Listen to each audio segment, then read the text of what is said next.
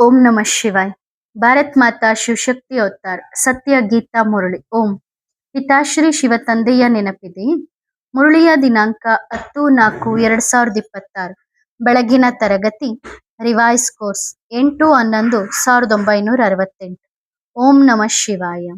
ಪ್ರೀತಿಯ ಮಕ್ಕಳೇ, ತಂದೆ ಹೇಳುತ್ತಾರೆ, ಕೇವಲ ನಿರಂತರವಾಗಿ ನನ್ನನ್ನು ನೆನಪು ಮಾಡುತ್ತೀರಿ, ಆಗ ನಿಮ್ಮ ಪಾಪಗಳು ಕತ್ತರಿಸಿ ಹೋಗುತ್ತವೆ. ಯೋಗದ ಹೊರತಾಗಿ ಬೇರೆ ಯಾವುದೇ ಉಪಾಯವಿಲ್ಲ. ಓಂ ನಮಃ ಶಿವಾಯ. ಶಿವಬಾಬನಿಗೆ ಗೊತ್ತಿದೆ, ಇವರು ನನ್ನ ಮಕ್ಕಳು ಆತ್ಮಗಳಾಗಿದ್ದಾರೆ. ನೀವು ಮಕ್ಕಳು ಸಹ ತಮ್ಮನ್ನು ಆತ್ಮ ಎಂದು ತಿಳಿದು ಶರೀರವನ್ನು ಮರೆತು ಶಿವಬಾಬಾರವರನ್ನು ನೆನಪು ಮಾಡಬೇಕು. ಶಿವಬಾಬಾ ಹೇಳುತ್ತಾರೆ, ನಾನು ನಿಮಗೆ ಓದಿಸುತ್ತೇನೆ. ಶಿವಬಾಬಾ ನಿರಾಕಾರರಾಗಿದ್ದಾರೆ, ನೀವು ಆತ್ಮಗಳು ಸಹ ನಿರಾಕಾರರಾಗಿದ್ದೀರಿ. ಇಲ್ಲಿಗೆ ಬಂದು ಪಾತ್ರವನ್ನು ಅಭಿನಯಿಸುತ್ತೀರಿ. ತಂದೆಯೂ ಸಹ ಬಂದು ಪಾತ್ರವನ್ನು ಅಭಿನಯಿಸುತ್ತಾರೆ. ಡ್ರಾಮಾದ ಪ್ಲಾನ್ ಅನುಸಾರ ತಂದೆ ಬಂದು ನಮ್ಮನ್ನು ಸುಂದರವಾದ ಹೂವನ್ನಾಗಿ ಮಾಡುತ್ತಾರೆ ಎಂದೂ ಸಹ ನಿಮಗೆ ಗೊತ್ತಿದೆ. ಆದ್ದರಿಂದ ಎಲ್ಲ ಅವಗುಣಗಳನ್ನು ಬಿಟ್ಟು ಗುಣವಂತರಾಗಬೇಕು. ಗುಣವಂತರು ಎಂದು ಯಾರಿಗೂ ದುಃಖ ಕೊಡುವುದಿಲ್ಲ, ಕೇಳಿಯೂ ಕೇಳದಂತೆ ಇರಬಾರದು. ಯಾರಿಗಾದರೂ ದುಃಖವಿದ್ದರೆ ಆ ದುಃಖವನ್ನು ದೂರ ಮಾಡಬೇಕು. ತಂದೆ ಬಂದಾಗ ಇಡೀ ಪ್ರಪಂಚದ ದುಃಖ ಅವಶ್ಯವಾಗಿ ದೂರವಾಗಲೇಬೇಕು. ತಂದೆ ಶ್ರೀಮತವನ್ನು ಕೊಡುತ್ತಾರೆ, ಎಷ್ಟಾಗುತ್ತದೆಯೋ ಅಷ್ಟು ಪುರುಷಾರ್ಥ ಮಾಡಿ ಎಲ್ಲರ ದುಃಖವನ್ನು ದೂರ ಮಾಡುತ್ತೀರಿ. ಪುರುಷಾರ್ಥದಿಂದಲೇ ಒಳ್ಳೆಯ ಪದವಿ ಸಿಗುತ್ತದೆ. ಪುರುಷಾರ್ಥ ಮಾಡದಿದ್ದರೆ ಪದವಿ ಕಡಿಮೆಯಾಗುತ್ತದೆ, ಅದು ಮತ್ತೆ ಕಲ್ಪಾಂತರದ ನಷ್ಟವಾಗುತ್ತದೆ. ತಂದೆಯು ಮಕ್ಕಳಿಗೆ ಪ್ರತಿಯೊಂದು ಮಾತನ್ನು ತಿಳಿಸಬೇಕಾಗುತ್ತದೆ. ಮಕ್ಕಳು ತಮಗೆ ತಾವೇ ನಷ್ಟ ಮಾಡಿಕೊಳ್ಳುವುದನ್ನು ತಂದೆ ಇಷ್ಟಪಡುವುದಿಲ್ಲ. ಪ್ರಪಂಚವು ಈ ಲಾಭ ಮತ್ತು ನಷ್ಟವನ್ನು ತಿಳಿದುಕೊಂಡಿಲ್ಲ. ಆದ್ದರಿಂದ ಮಕ್ಕಳು ಶ್ರೀಮತದಂತೆ ನಡೆದು ತಮ್ಮ ಮೇಲೆ ತಾವೇ ಕರುಣೆ ತೋರಬೇಕು. ಬುದ್ಧಿಯು ಅತ್ತ ಇತ್ತ ಓಡಿದರೂ ಪ್ರಯತ್ನ ಮಾಡಿರಿ. ನಾವು ಇಂತಹ ಬೇಹದ್ದಿನ ತಂದೆಯನ್ನು ಏಕೆ ನೆನಪು ಮಾಡುವುದಿಲ್ಲ? ಯಾವ ನೆನಪಿನಿಂದಲೇ ಶ್ರೇಷ್ಠ ಪದವಿ ಸಿಗುತ್ತದೆಯೋ ಕನಿಷ್ಠ ಪಕ್ಷ ಸ್ವರ್ಗಕ್ಕಂತೂ ಹೋಗುತ್ತೀರಿ. ಆದರೆ ಸ್ವರ್ಗದಲ್ಲಿಯೂ ಶ್ರೇಷ್ಠ ಪದವಿಯನ್ನು ಪಡೆಯಬೇಕು. ಮಕ್ಕಳಿಗೆ ತಾಯಿ ತಂದೆ ಇರುತ್ತಾರೆ. ನಮ್ಮ ಮಗು ಶಾಲೆಯಲ್ಲಿ ಓದಿ ಶ್ರೇಷ್ಠ ಪದವಿ ಪಡೆಯಲಿ ಎಂದು ಹೇಳುತ್ತಾರೆ ತಾನೆ. ಇಲ್ಲಿ ಯಾರಿಗೂ ಗೊತ್ತಾಗುವುದಿಲ್ಲ ನೀವು ಯಾವ ಶಿಕ್ಷಣವನ್ನು ಓದುತ್ತಿದ್ದೀರಿ ಎಂದು. ನಿಮ್ಮ ಮಿತ್ರ ಸಂಬಂಧಿಕರಿಗೆ ಗೊತ್ತಿಲ್ಲ. ಆ ಶಿಕ್ಷಣದ ಬಗ್ಗೆ ಎಲ್ಲರಿಗೂ ಗೊತ್ತಿರುತ್ತದೆ. ಇದರಲ್ಲಿ ಕೆಲವರು ತಿಳಿದುಕೊಂಡಿದ್ದಾರೆ, ಕೆಲವರು ತಿಳಿದುಕೊಂಡಿಲ್ಲ. ಒಬ್ಬರ ತಂದೆಗೆ ತಿಳಿದಿದ್ದರೆ ಸಹೋದರನಿಗೆ ತಿಳಿದಿರುವುದಿಲ್ಲ. ಒಬ್ಬರ ತಾಯಿಗೆ ಗೊತ್ತಿದ್ದರೆ ತಂದೆಗೆ ಗೊತ್ತಿರುವುದಿಲ್ಲ. ಏಕೆಂದರೆ ಇದು ವಿಚಿತ್ರವಾದ ಶಿಕ್ಷಣ ಆಗಿದೆ ತಾನೆ. ಅಂದ್ರೆ ಈ ಜ್ಞಾನದ ಬಗ್ಗೆ ಮನೆಯಲ್ಲಿ ತಂದೆಗೆ ಗೊತ್ತಿದ್ರೆ ತಾಯಿಗೆ ಗೊತ್ತಿಲ್ಲ, ತಾಯಿಗೆ ಗೊತ್ತಿದ್ರೆ ಅಣ್ಣನಿಗೆ ಗೊತ್ತಿಲ್ಲ. ಹಿಂಗೆ ಒಬ್ರು ಜ್ಞಾನಕ್ಕೆ ಬಂದ್ರೆ ಇನ್ನೊಬ್ರಿಗೆ ಜ್ಞಾನ ಗೊತ್ತಿರೋದಿಲ್ಲ. ವಿಚಿತ್ರ ತಂದೆಯೇ ಓದಿಸುತ್ತಾರೆ. ಉಳಿದವರೆಲ್ಲರೂ ದೇಹದಾರಿಗಳಿಗೆ ಓದಿಸುತ್ತಾರೆ. ಈ ವಿಚಿತ್ರವಾದ ಶಿಕ್ಷಣ ಮತ್ತು ವಿಚಿತ್ರವಾಗಿ ಓದಿಸುವವರಾಗಿದ್ದಾರೆ. ನಂಬರ್ ವಾರ್ ಆಗಿ ಈ ಜ್ಞಾನವನ್ನು ಅರ್ಥ ಮಾಡಿಕೊಳ್ಳುತ್ತಾರೆ. ತಂದೆ ತಿಳಿಸುತ್ತಾರೆ, ಭಕ್ತಿಯನ್ನು ನೀವು ಬಹಳ ಮಾಡಿದ್ದೀರಿ, ಅಪಾರವಾಗಿ ಭಕ್ತಿಯನ್ನು ಮಾಡಿದ್ದೀರಿ. ಅದು ಸಹ ನಂಬರ್ ವಾರ್. ಯಾರು ಬಹಳ ಭಕ್ತಿ ಮಾಡಿದ್ದಾರೋ ಅವರೇ ಮತ್ತೆ ಈ ಜ್ಞಾನವನ್ನೂ ಸಹ ತೆಗೆದುಕೊಳ್ಳುತ್ತಾರೆ. ಈಗ ಭಕ್ತಿಯ ಸಂಪ್ರದಾಯ ಪದ್ಧತಿ ಪೂರ್ಣವಾಗುತ್ತದೆ. ಹಿಂದೆ ಮೀರಾನ ಬಗ್ಗೆ ಹೇಳಲಾಗುತ್ತಿತ್ತು, ಅವಳು ಲೋಕ ಕುಲ ಮರ್ಯಾದೆಯನ್ನು ಬಿಟ್ಟಳು ಎಂದು. ಇಲ್ಲಿ ನೀವು ಇಡೀ ವಿಕಾರಿ ಕುಲದ ಮರ್ಯಾದೆಯನ್ನು ಬಿಡಬೇಕಿದೆ. ಬುದ್ಧಿಯಿಂದ ಎಲ್ಲದರ ಸನ್ಯಾಸ ಮಾಡಬೇಕು. ಈ ವಿಕಾರಿ ಪ್ರಪಂಚದ ಯಾವುದೂ ಸಹ ಒಳ್ಳೆಯದೆನಿಸುವುದಿಲ್ಲ. ಚೀಚಿ ಕರ್ಮ ಮಾಡುವವರು ಸ್ವಲ್ಪವೂ ಒಳ್ಳೆಯವರೆನಿಸುವುದಿಲ್ಲ. ಅವರು ಹೆಚ್ಚಾಗಿ ಅದೃಷ್ಟವನ್ನು ಹಾಳು ಮಾಡಿಕೊಳ್ಳುತ್ತಾರೆ. ಮಕ್ಕಳನ್ನು ಯಾರಾದರೂ ತೊಂದರೆ ಮಾಡುವುದನ್ನು ನೋಡಿ ಇಷ್ಟಪಡುವ ಅಥವಾ ಓದದಿರುವುದನ್ನು ಇಷ್ಟಪಡುವಂತಹ ತಂದೆ ಯಾರಾದರೂ ಇರುತ್ತಾರೆಯೇ? ಅಲ್ಲಿ ಅಂತಹ ಮಕ್ಕಳು ಇರುವುದೇ ಇಲ್ಲ ಎನ್ನುವುದು ನಿಮಗೆ ಗೊತ್ತಿದೆ. ಹೆಸರೇ ದೇವಿ ದೇವತೆಗಳು. ಎಷ್ಟು ಪವಿತ್ರವಾದ ಹೆಸರಾಗಿದೆ. ನಮ್ಮಲ್ಲಿ ದೈವಿ ಗುಣಗಳಿವೆಯೇ ಎಂದು ತಮ್ಮನ್ನು ತಾವು ಪರೀಕ್ಷಿಸಿಕೊಳ್ಳಬೇಕು. ಸಹನಾಶೀಲರು ಆಗಬೇಕಾಗುತ್ತದೆ. ಯುದ್ಧದಲ್ಲಿ ಎಷ್ಟು ಸಹನಾಶೀಲರಾಗುತ್ತಾರೆ. ಇದು ಯೋಧರ ಮಾತಾಗಿದೆ. ಈ ಯುದ್ಧವಂತೂ ಬಹಳ ಮಧುರವಾಗಿದೆ. ತಂದೆಯನ್ನು ನೆನಪು ಮಾಡುವುದರಲ್ಲಿ ಯಾವುದೇ ಯುದ್ಧದ ಮಾತಿಲ್ಲ. ಆದರೆ ಹೌದು, ಇದರಲ್ಲಿ ಮಾಯೆ ವಿಘ್ನವನ್ನು ಹಾಕುತ್ತದೆ. ಇದರ ಬಗ್ಗೆ ಎಚ್ಚರಿಕೆ ವಹಿಸಬೇಕಾಗುತ್ತದೆ. ಮಾಯೆಯ ಮೇಲೆ ವಿಜಯವನ್ನು ನಾವೇ ಪಡೆಯಬೇಕಾಗಿದೆ. ನಾವು ಕಲ್ಪಕಲ್ಪವು ಏನು ಮಾಡುತ್ತಾ ಬಂದಿದ್ದೇವೆಯೋ, ಕಲ್ಪಕಲ್ಪವು ಯಾವ ಪುರುಷಾರ್ಥ ನಡೆಯುತ್ತಾ ಬಂದಿದೆಯೋ ಸಂಪೂರ್ಣವಾಗಿ ನಿಖರವಾಗಿ ಅದೇ ಪುರುಷಾರ್ಥ ನಡೆಯುತ್ತದೆ ಎಂದು ನಿಮಗೆ ಗೊತ್ತಿದೆ. ಸತ್ಯಯುಗದಲ್ಲಿ ನಾವು ಪದಮಾಪದಂ ಭಾಗ್ಯಶಾಲಿಗಳಾಗುತ್ತೇವೆ ಎಂದು ನಿಮಗೆ ಗೊತ್ತಿದೆ. ಅಪಾರವಾಗಿ ಸುಖಿಯಾಗಿರುತ್ತೇವೆ. ಇಂತಹ ಸುಖಗಳನ್ನು ಒದೆಯಬೇಡಿ. ಕಲ್ಪಕಲ್ಪವು ತಂದೆ ಹೀಗೆಯೇ ತಿಳಿಸುತ್ತಾರೆ. ಇದೇನು ಹೊಸ ಮಾತಲ್ಲ, ಇದು ಬಹಳ ಹಳೆಯ ಮಾತಾಗಿದೆ. ಮಕ್ಕಳು ಸಂಪೂರ್ಣವಾಗಿ ಸುಂದರವಾದ ಹೂವಿನಂತಾಗಬೇಕು ಎಂದು ತಂದೆಯೂ ಬಯಸುತ್ತಾರೆ. ನಮ್ಮ ಮಕ್ಕಳು ಸುಂದರವಾದ ಹೂವಿನಂತಾಗಬೇಕು ಎಂದು ಲೌಕಿಕ ತಂದೆಯ ಮನಸ್ಸಿನಲ್ಲಿಯೂ ಇರುತ್ತದೆ ತಾನೆ. ಪಾರಲೌಕಿಕ ತಂದೆಯು ಮುಳ್ಳುಗಳನ್ನು ಹೂವನ್ನಾಗಿ ಮಾಡಲು ಬರುತ್ತಾರೆ. ಹಾಗಾದರೆ ಅಂತಹವರಾಗಬೇಕು ತಾನೆ. ಮನ್ಸ ವಾಚ ಕರ್ಮಣ ಮೂರರಲ್ಲೂ ಹೂವಿನಂತಾಗಬೇಕು. ಮಾತಿನ ಮೇಲೂ ಬಹಳ ಎಚ್ಚರಿಕೆ ಇರಬೇಕು. ಪ್ರತಿಯೊಂದು ಕರ್ಮೇಂದ್ರಿಯಗಳ ಮೇಲೆ ಬಹಳ ಎಚ್ಚರಿಕೆ ಇರಬೇಕು. ಮಾಯೆ ಬಹಳ ಮೋಸ ಮಾಡುವಂತದ್ದಾಗಿದೆ. ಇದರ ಬಗ್ಗೆ ಸಂಪೂರ್ಣ ಎಚ್ಚರಿಕೆ ವಹಿಸಬೇಕು. ಬಹಳ ದೊಡ್ಡ ಗುರಿಯಾಗಿದೆ. ಅರ್ಧಾಕಲ್ಪದಿಂದ ಕ್ರಿಮಿನಲ್ ದೃಷ್ಟಿಯಾಗಿದೆ. ಅದನ್ನು ಒಂದೇ ಜನ್ಮದಲ್ಲಿ ಶ್ರೀ ಲಕ್ಷ್ಮೀನಾರಾಯಣರಂತೆ ಪವಿತ್ರ ಮಾಡಿಕೊಳ್ಳಬೇಕಿದೆ. ಇವರು ಸರ್ವಗುಣ ಸಂಪನ್ನರಾಗಿದ್ದಾರೆ ತಾನೆ. ಅಲ್ಲಿ ಕ್ರಿಮಿನಲ್ ದೃಷ್ಟಿ ಇರುವುದಿಲ್ಲ, ರಾವಣನೇ ಇರುವುದಿಲ್ಲ. ಇದೇನು ಹೊಸ ಮಾತಲ್ಲ. ನೀವು ಅನೇಕ ಬಾರಿ ಈ ಪದವಿಯನ್ನು ಪಡೆದಿದ್ದೀರಿ. ಇವರು ಏನು ಓದುತ್ತಿದ್ದಾರೆ ಎಂದು ಪ್ರಪಂಚದವರಿಗೆ ಸ್ವಲ್ಪವೂ ಗೊತ್ತಿಲ್ಲ. ತಂದೆ ನಿಮ್ಮ ಶುಭ ಆಸೆಯನ್ನು ಪೂರೈಸಲು ಬರುತ್ತಾರೆ. ಆ ಶುಭ ಆಸೆಗಳು ರಾವಣನದ್ದಾಗಿರುತ್ತವೆ.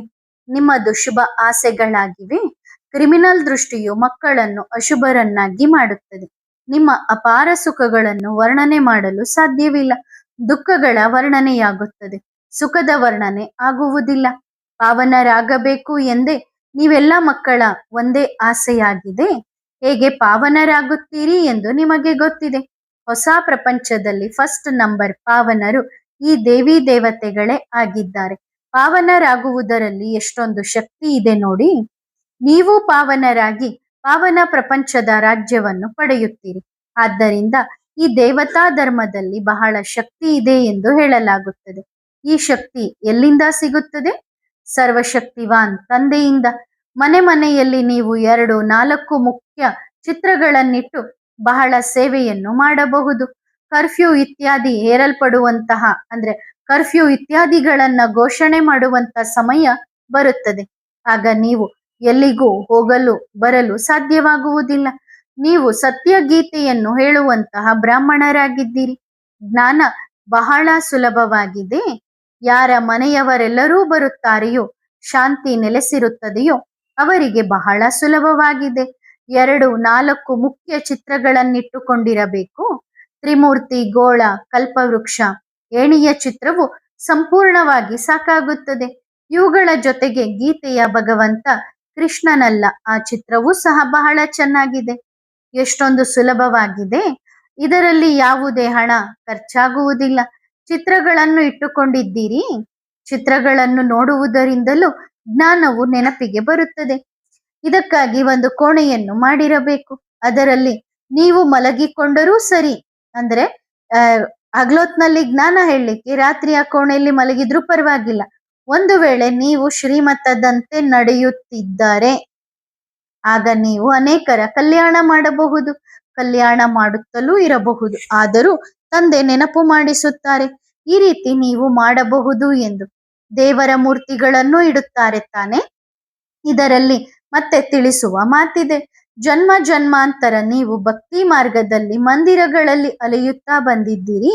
ಆದರೆ ಇವರು ಯಾರು ಎಂದು ಗೊತ್ತಿಲ್ಲ. ಮಂದಿರಗಳಲ್ಲಿ ದೇವಿಯರ ಪೂಜೆ ಮಾಡುತ್ತಾರೆ. ಅವರನ್ನೇ ಮತ್ತೆ ನೀರಿನಲ್ಲಿ ಹೋಗಿ ಮುಳುಗಿಸುತ್ತಾರೆ. ಎಷ್ಟೊಂದು ಅಪಾರ ಮೂರ್ಖತನವಾಗಿದೆ. ಎಷ್ಟೊಂದು ಖರ್ಚು ಮಾಡುತ್ತಾರೆ.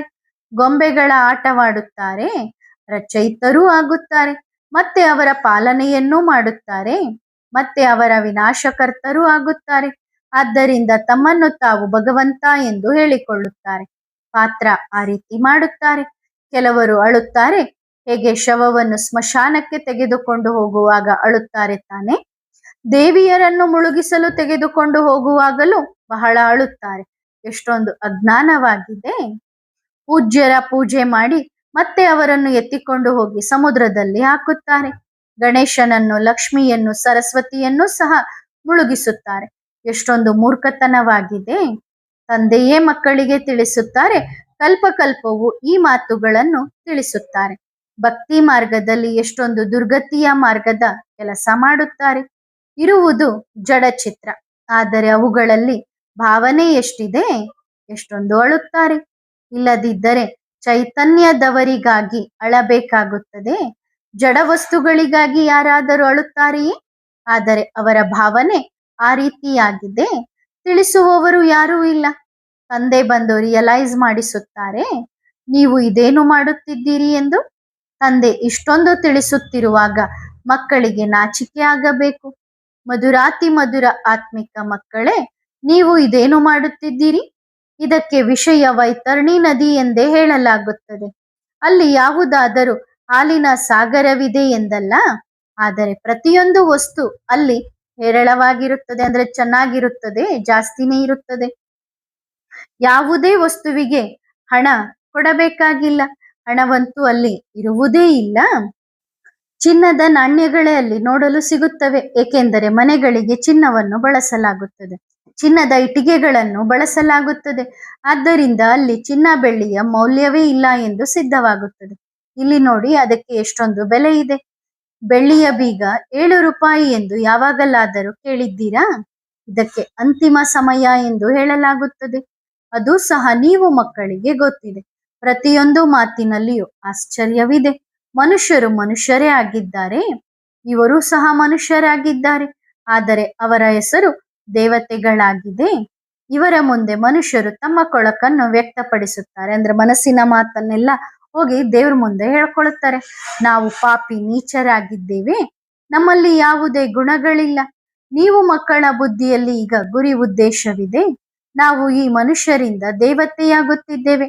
ದೇವತೆಗಳಲ್ಲಿ ದೈವಿ ಗುಣಗಳಿವೆ. ಇದನ್ನು ಎಲ್ಲರೂ ಅರ್ಥ ಮಾಡಿಕೊಳ್ಳುತ್ತಾರೆ. ಮಂದಿರಗಳಿಗೆ ಹೋಗುತ್ತಾರೆ, ಆದರೆ ಇವರೂ ಸಹ ಮನುಷ್ಯರೇ ಆಗಿದ್ದಾರೆ. ನಾವು ಮನುಷ್ಯರಾಗಿದ್ದೇವೆ, ಆದರೆ ಇವರು ದೈವಿ ಗುಣವುಳ್ಳವರಾಗಿದ್ದಾರೆ.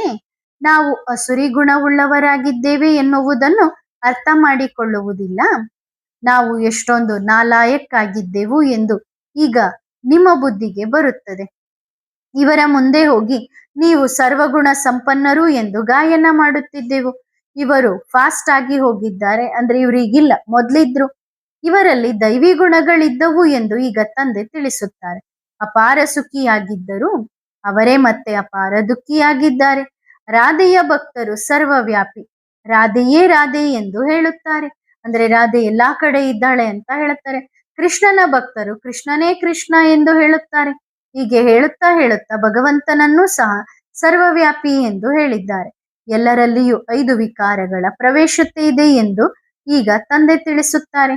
ನಾವು ಮೇಲಿನಿಂದ ಕೆಳಗೆ ಬೀಳುತ್ತಾ ಬೀಳುತ್ತಾ ಏಕಾಏಕಿ ಹೇಗೆ ಕೆಳಗೆ ಬಂದು ಬಿದ್ದಿದ್ದೇವೆ ಎಂದು ಈಗ ನೀವು ವಿಚಾರ ಮಾಡುತ್ತೀರಿ. ಭಾರತವಾಸಿಗಳು ಎಷ್ಟೊಂದು ಸಾಹುಕಾರರಾಗಿದ್ದರು, ಈಗ ನೋಡಿ ಸಾಲ ಮಾಡುತ್ತಲೇ ಇರುತ್ತಾರೆ. ಇದನ್ನು ಬೇರೆ ಯಾರೂ ತಿಳಿಸಲು ಸಾಧ್ಯವಿಲ್ಲ. ಈ ಎಲ್ಲಾ ಮಾತುಗಳನ್ನು ತಂದೆಯೇ ತಿಳಿಸುತ್ತಾರೆ.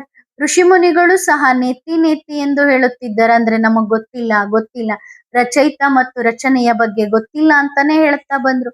ಅವರು ಸತ್ಯವನ್ನೇ ಹೇಳುತ್ತಿದ್ದರು ಎಂದು ಈಗ ನೀವು ಅರ್ಥ ಮಾಡಿಕೊಳ್ಳುತ್ತೀರಿ. ತಂದೆಯನ್ನು ತಿಳಿದುಕೊಂಡಿರಲಿಲ್ಲ, ರಚನೆಯ ಆದಿ ಮಧ್ಯ ಅಂತ್ಯವನ್ನು ತಿಳಿದುಕೊಂಡಿಲ್ಲ. ಈಗಲೂ ಸಹ ನೀವು ಮಕ್ಕಳ ಹೊರತಾಗಿ ಯಾರಿಗೂ ಗೊತ್ತಿಲ್ಲ. ದೊಡ್ಡ ದೊಡ್ಡ ಸನ್ಯಾಸಿಗಳು, ಮಹಾತ್ಮರು ಯಾರಿಗೂ ಗೊತ್ತಿಲ್ಲ. ವಾಸ್ತವದಲ್ಲಿ ಮಹಾನ್ ಆತ್ಮರಂತೂ ಇವರಾಗಿದ್ದಾರೆ ತಾನೆ, ಅಂದ್ರೆ ಲಕ್ಷ್ಮೀನಾರಾಯಣರು ಮಹಾನ್ ಆತ್ಮ ಆಗಿದ್ದಾರೆ, ಸಂಪೂರ್ಣ ಪವಿತ್ರರಾಗಿದ್ದಾರೆ. ಇವರೇ ತಿಳಿದಿಲ್ಲವೆಂದರೆ ಇನ್ನು ಬೇರೆ ಯಾರು ತಾನೇ ತಿಳಿದುಕೊಳ್ಳಲು ಸಾಧ್ಯ? ಎಷ್ಟೊಂದು ಸಹಜವಾದ ಮಾತುಗಳನ್ನು ತಂದೆ ತಿಳಿಸುತ್ತಾರೆ, ಆದರೆ ಕೆಲವು ಮಕ್ಕಳು ಅದನ್ನು ಮರೆತು ಬಿಡುತ್ತಾರೆ.